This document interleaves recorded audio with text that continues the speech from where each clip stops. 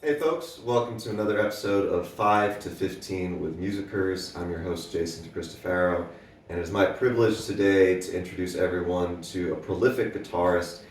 He's played with everybody from Miles Davis to Buddy Guy to Huey Lewis, André Lassalle. André, thank you so much for Thank you being so with us much for today. helping, for allowing me to be part of your program. I really Absolutely, appreciate it. absolutely. So there's lots of things we could talk about. We've actually been chatting before this about Yeah, all kinds of great things about guitar playing and musical process. But what I really want to focus on today is your knowledge and experience, your lived experience as a touring musician. You've toured internationally. If anybody understands the touring lifestyle, yeah, it is you. So there's a lot of musicians out there, and I meet a lot of younger people who I teach and work with who say, "Oh, I'm really excited about going out there and yeah. touring the world and performing." What are some pieces of advice that you would give to those young people, especially who are just starting to tour? What wisdom would you offer them? The only, the most important thing that I'll say, the most important part that we have of touring is presence. Being present for every second because they're so fleeting. You know, you go to a place. A big thing about touring is that when you tour, if you're touring like 30 days or something like that, one has to realize that within those 30 days, you're doing probably about 25 to 26 gigs. And so these places that one is going to, you don't have that much time to go into the city, like, a certain particular city, even if you're touring. Like I toured through Germany for 2 months. And there was the only place that I was actually able to get a grasp on was Cologne because we stayed there for Christmas and New Year. So we stayed there for a week. But otherwise, you're doing a job, get off the bus, sound check, eat, get ready for the gig, and at that time you're kind of not really you're paying attention to certain things, but you're very, very, very much preoccupied with the show. You do the show, you have this wonderful, amazing experience with the audience, Yeah.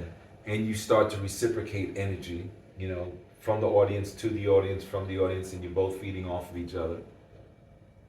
And then afterwards, sometimes you're so worn out. And then, the thing about touring that's really very important, made a big difference for me is that, we think of touring as like Jimmy having, or whoever it is that we used, who was our influences, having so much fun on the road. And it is fun on the road, don't get me wrong. But the thing about it is that the thing that was very profound was playing in front of like thousands of people and then going back to the hotel room by yourself. Mm. So it's a very reflective time. You know what I mean?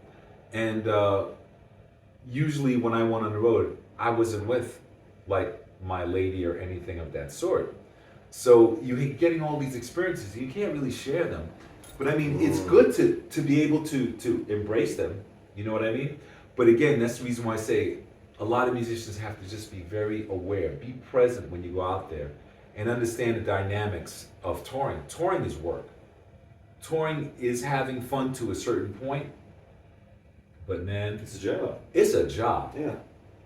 So I guess that brings me to what you're saying is all, I think, very eye-opening and important to recognize. One thing you mentioned was you have this great experience.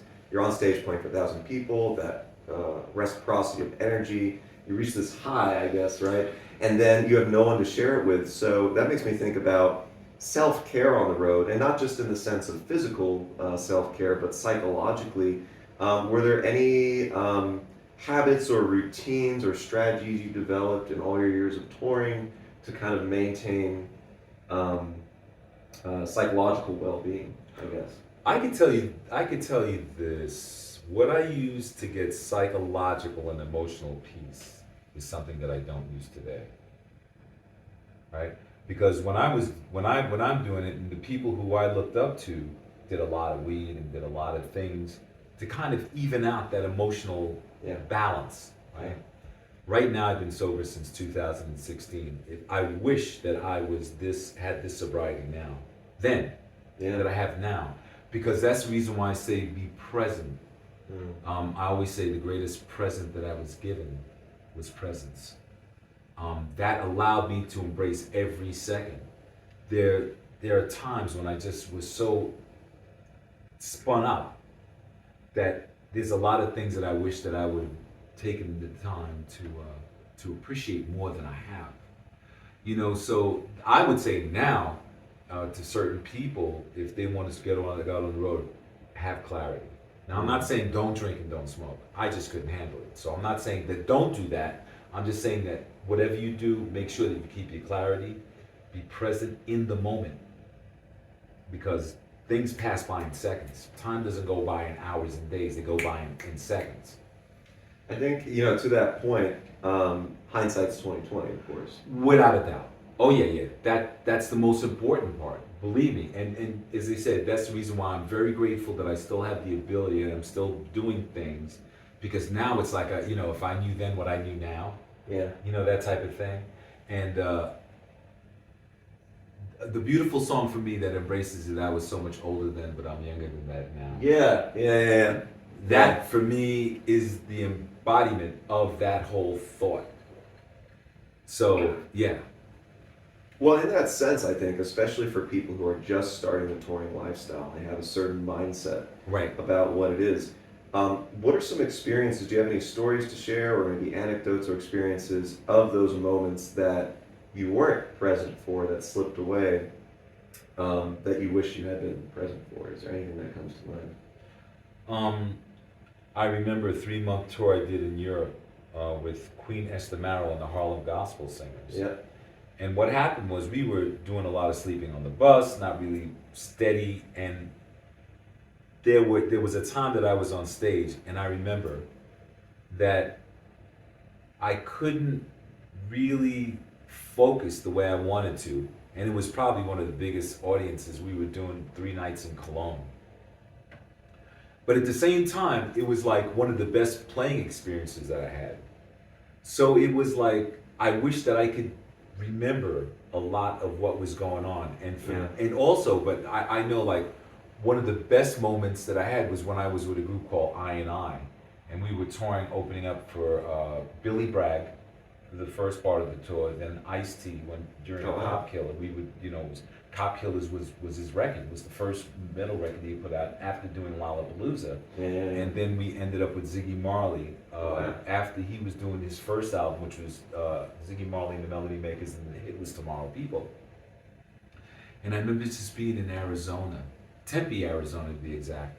And I remember we had just finished playing, and I remember these Indians, native Indians of course, came to me and were like, man, we were so moved by what everybody was doing that we want to turn you onto this sacred weed that we were growing in sacred ground, you know what I mean?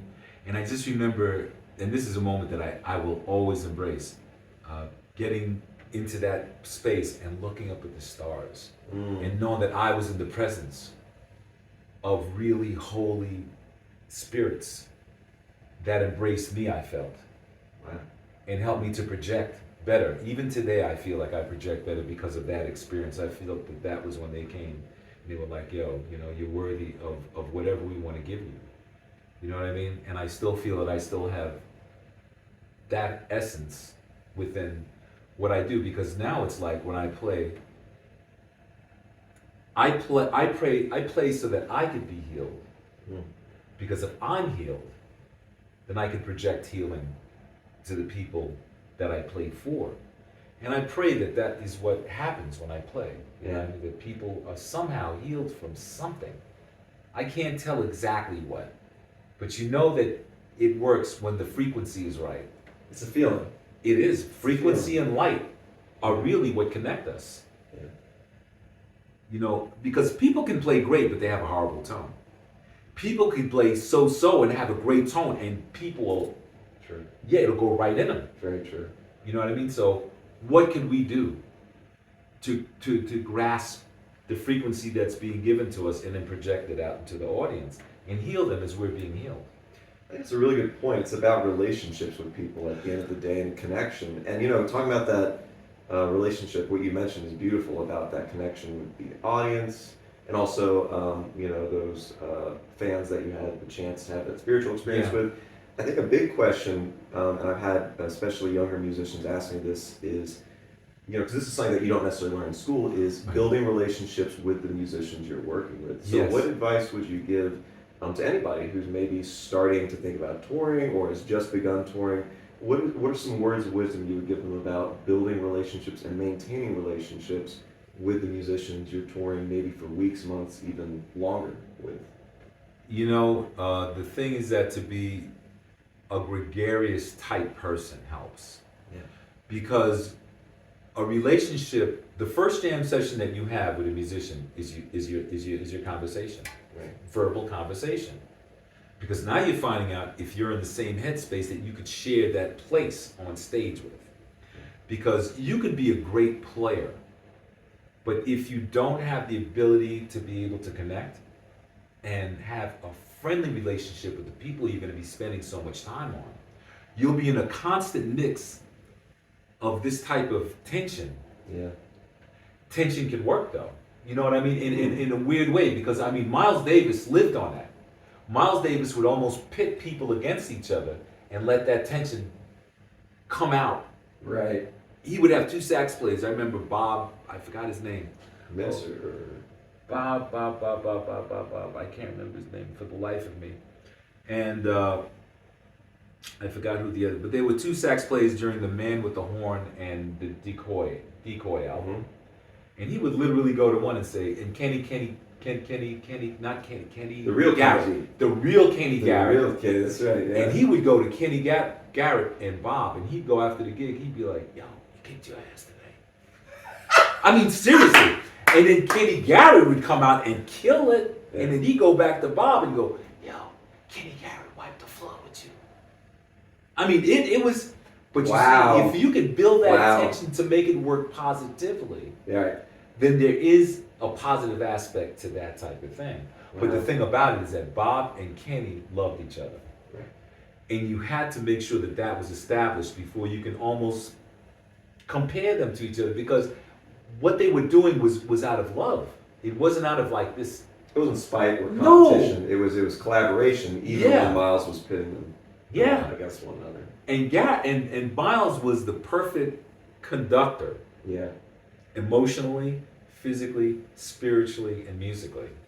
Yeah. For sure. Well, I guess before we go, I guess one more question. Sure. I mean, I wish we had more time, but But thank you so much for the time that we had. no, this was beautiful. Thank you. Yeah, yeah. For people who have been touring for a long time, let's say, and they're feeling maybe burnt out or they're questioning, because this is as you know, it's a tough industry. You can spend, or most people I think spend years before they get that break or that Right, real right, opportunity. right. What would be some words of encouragement to those individuals who are doing the grind of the tour lifestyle? What's something that you found that kept you going maybe when times were tough? Validate yourself, don't let others validate you. Very true. Be very sure of what you're doing and have conviction in every note. Yeah. A wrong note could become the beginning of your style. Validate yourself. Don't let others become your validator.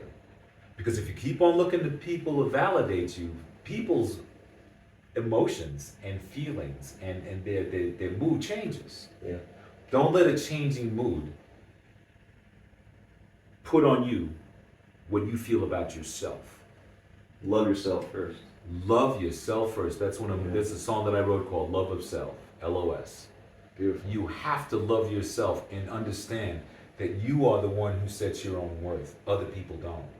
They might tell you what they feel, but you have to feel that in yourself before you can not only express it, but you have to convince yourself. Convince yourself and others will be convinced. Be true to yourself, Yeah. and nobody can mess with you. That's just beautiful life advice. Yes. Honestly. Yeah. Honestly. Real quick before we go, Yes, I want yes, folks to learn more about your music and where they can hear you. Is there a website or somewhere where people can find your music, check out where you're playing, other projects you're involved in? Well, my Facebook page, and my name is spelled Lassalle,